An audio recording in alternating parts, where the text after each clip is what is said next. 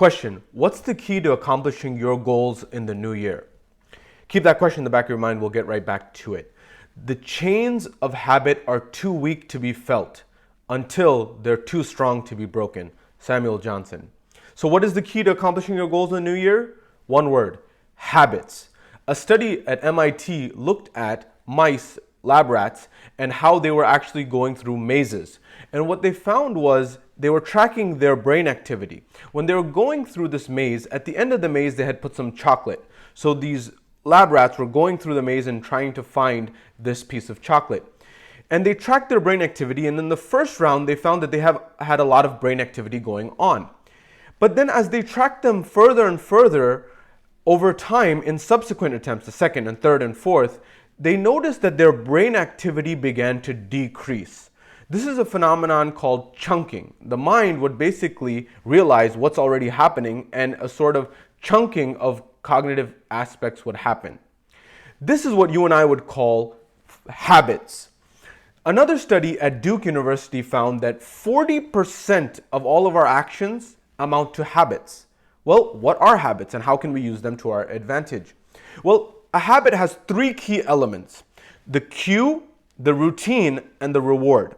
So for example, if that's someone who's smoking and trying to quit smoking, or someone who has eating habits that are causing them to gain weight, or for example, it may be something as mundane as brushing teeth. All of these have a cue, routine, and reward cycle. So the first cue is, for example, in the case of brushing one's teeth, you hear your alarm clock in the morning.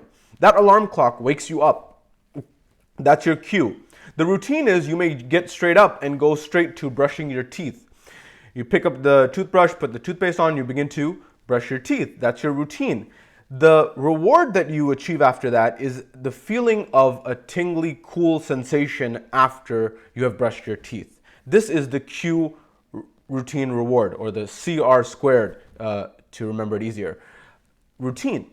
Now, based on this, if you understand this, you understand how habits form and how habits develop. Now, here's the crux. This is how powerful habits are. They've done studies on individuals, and they found that if you're in an environment where you're asked, you've had brain damage, and you're asked, where is the door to the kitchen? You may respond, I don't know. And this is what's happened in numerous studies. Subjects have said, I don't know where the door is. But if you are asked, if you're hungry, what are you going to do? They would get up and go straight to that same door, open the door, and take a jar of mixed nuts and begin to eat. How is that possible? That in the first question, they didn't know where the kitchen door was, but when asked what they would do when they're hungry, they would automatically go to exactly where they needed to go. Neuroscientists say that this is because of the dynamics of the basal ganglia. That's the part of the brain where habits, learning forms, and habits are formed and stored.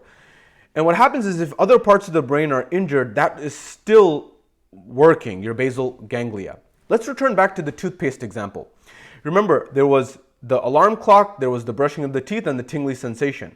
This tingly sensation, the mintiness, the coolness that you feel, was not part of brushing your teeth experience. It wasn't part of it. In fact, Claude C. Hopkins, an advertising executive, he actually studied brushing teeth, and he was looking at why don't people brush their teeth. In fact, at that time, roughly only 7% of Americans brushed their teeth. And he was like, what's going on here? And he realized that there was no reward. So he actually had the tingly, cool, minty sensation added to toothpaste. And what that did was it created a reward from brushing one's teeth. And so that changed the entire paradigm. A cue, a routine, and a reward. Now, here's the kicker. How do you change your habits for the better?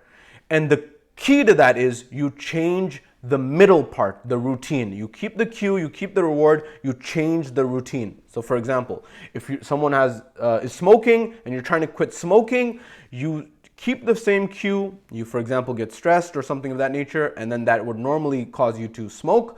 What you do instead now is you do push-ups, or you take a piece of chewing gum that's a nicotine gum. Or for example, you meditate or reflect or take a break. And then you still feel that feeling of relaxation on the other side as the reward. The same if, for example, you're trying to avoid a piece of cake.